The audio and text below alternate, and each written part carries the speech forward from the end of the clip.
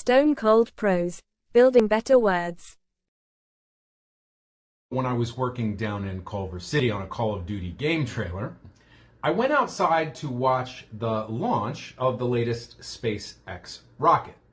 Now, my expectations were extremely low. In my experience, skywatching almost invariably leads to disappointment. Blood moons, blue moons, lunar eclipses, solar eclipses, such and such comet, the perihelion of Mars. Somehow, whatever it is, it never meets my expectations. And I figured that if nature couldn't raise my jaded eyebrows, what chance did a man-made rocket have? Well, it turns out I was wrong. Very, very wrong. Hi, guys. Welcome back to Stone Cold Prose, where we build better words, better thoughts, and better men. I'm Miles Watson, novelist and author of such award-winning series as Caged Life, Sinner's Cross, and The Chronicles of Magnus. I worked in Hollywood for 12 years, criminal justice for another 10 and counting, and now I break it all down and build it back better. So let's get into this rocket launch. Now, what unfolded before my eyes that night was spectacularly beautiful. First, we saw the rocket blasting upward into the heavens, a huge orange-red fireball rising on a column of smoke, and then it seemed to disappear, only to emerge phoenix-like a few moments later amid a huge, slowly expanding corona of blue-gray gas. Now, I'm not exaggerating when I say that it was like watching the universe being created. There was this nebula of light that slowly filled the lower quadrant of the sky, like a newly born cosmos. And through the fiery ascent, it all doubled when the rocket separated into its two sections, and one spectacle became two. Now, as I've said, the whole process was breathtaking to witness. But beneath the feeling of awe and sort of silly happiness, which overcomes me every time I see anything awe-inspiring, came a completely unexpected sensation of animal terror. At first, I couldn't understand why I was experiencing it, and indeed, it took a few minutes to puzzle out why such a rewarding and rare, beautiful sight would trigger the fear centers of my brain. Then, as the rocket's decidedly red glare dwindled to a pinpoint, it hit me. I had stumbled into one of those abandoned, forgotten, deeply entombed memory vaults which all of us carry somewhere in the center of our brains. And this particular vault, which more resembled a mausoleum than anything else, read, "Cold War memories do not open."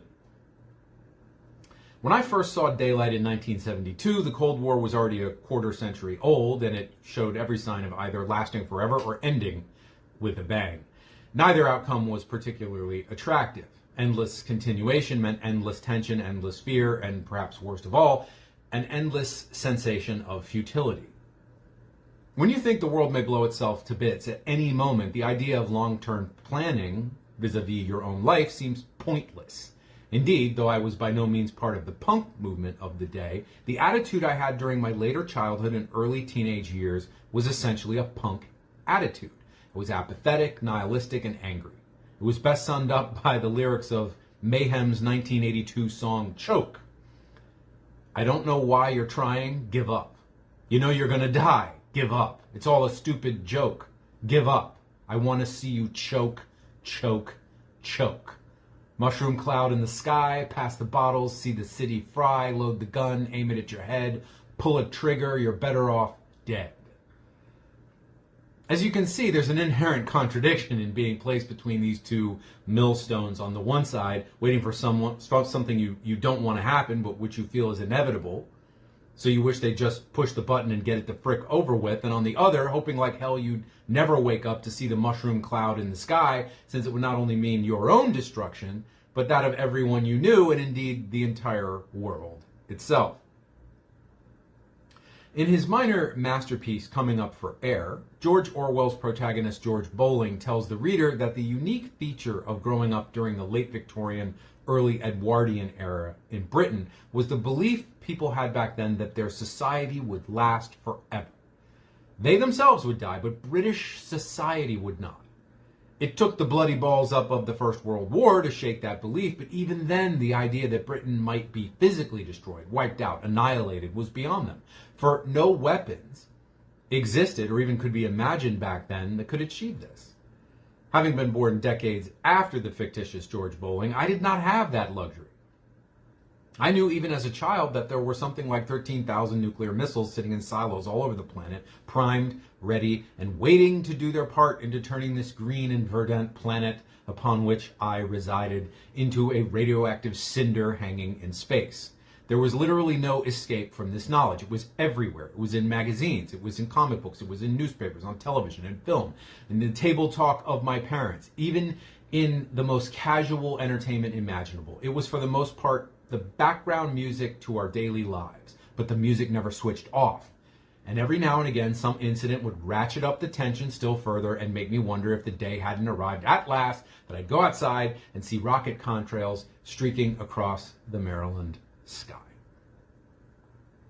Every life contains patterns of awareness. In what we call normal, well-adjusted people, the harsh realities of life are at first vaguely suspected, and then slowly understood, and then finally accepted.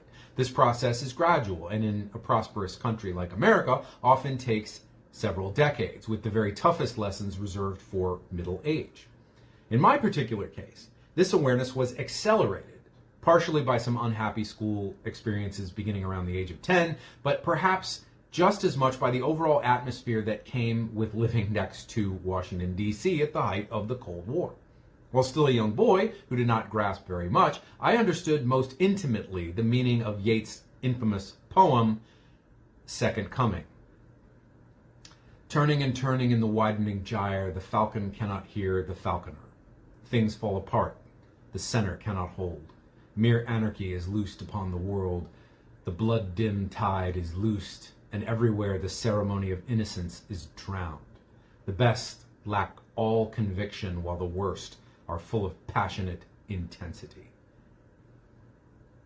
Now, for those who think I may be indulging in some pretentious Generation X melodrama, it's important to remember just how intense the rivalry between the West and the East was during the Reagan era, especially the period of 1981 to 1987, and how many times we seemed to be on the brink of World War and self-annihilation, self-genocide. By the time I was in the 5th grade, I took it as an article of faith, as did every one of my friends, that we would almost certainly never live to adulthood.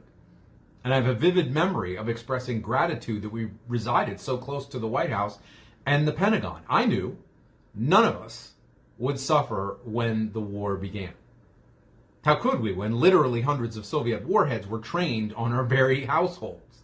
A loud rumble, a flash of light, and then nothing. That was how the war and my own existence would end. It did seem immensely preferable to the sort of tormented half-life the survivors would have to endure wandering amongst the rubble, possibly for years before radiation sickness or starvation or a follow-up barrage of nuclear missiles finally finished them off. Now, I can't swear to this, but I believe it to be a normal state of affairs in most societies that children begin their their lives with an unwavering faith in the wisdom and the probity of their parents and leaders, and then only gradually, and in some cases never, lose this faith. In my case, that naivete never really existed. I knew, while still in the single digits, that the world was a terrifying place, bristling with doomsday armaments awash in corruption and pollution, planned and organized by lunatics and run by fools. I knew as well that it might cease to exist at any moment. It was, as the saying went, only the push of a button away. This knowledge did not discount the existence of such things as love, pleasure, friendship, happiness, but it did make them harder to come by, and once acquired, difficult to keep. And it heightened my awareness of my own mortality. When your life depends on the whims and caprices of world leaders who are only dubiously sane, one does not view time as an inexhaustible commodity. Life, too, falls apart, and the more effort expended to make it permanent and safe, the higher and narrower the pedestal upon which it sits seems to become, and the more violent its inevitable crash.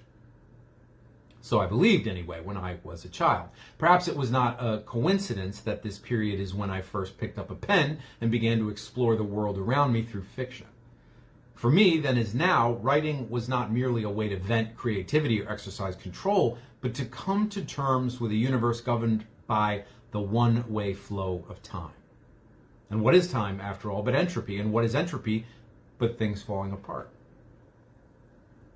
For my part, I watched the rocket fall apart and then went back inside.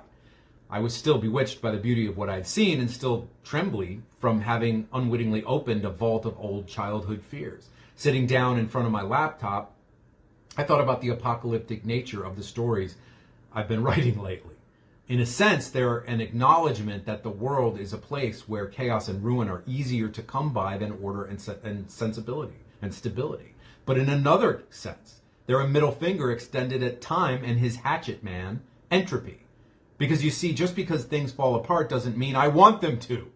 Like everyone else, I'd rather the goddamn center stayed exactly where it was. I don't want the button pushed. I don't want the ice caps to melt. I don't want the rainforests shaved flat or the oceans poisoned. But I feel helpless to do anything about it.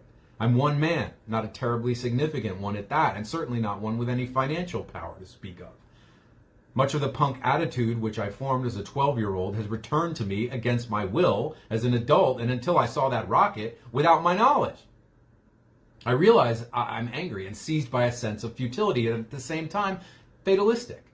But I'm not nihilistic anymore, and neither am I totally apathetic. If you read my work, you'll find occasionally, just occasionally mind you, but often enough you can't take it for granted otherwise, that the center does hold. Things fall apart, but sometimes they stick together, if only in a story. Carl Sagan once mentioned, not rhetorically, if self-destruction was the inevitable end of every sentient species in the universe or not. Human beings certainly do have a propensity for cutting things down and blowing them up. The Cold War was a symptom of an illness, and the present war we're fighting against our own planet, a slow-motion war, measured in hurricanes, floods, droughts, extinctions, and rising tides, is also a symptom. But the disease is us. However, and here's where I think I've actually progressed as a person in 30-some years, I believe the disease has a cure. Watching a rocket whose purpose was not annihilation and mass murder, but the betterment of mankind, at least in theory, reminded me that we're not only capable of greatness and villainy, we're capable of change. And that is not a bad night's work. Folks, if you enjoyed today's video, please remember to like, subscribe, comment, hit the notification bell, and remember to check out my books on Amazon. The link is probably not in the description. I drop scripted content once a week at 3 p.m., shorts almost every day, and unscripted rambles whenever rage moves me to do so. I'll see you next time, and until then, stay cold.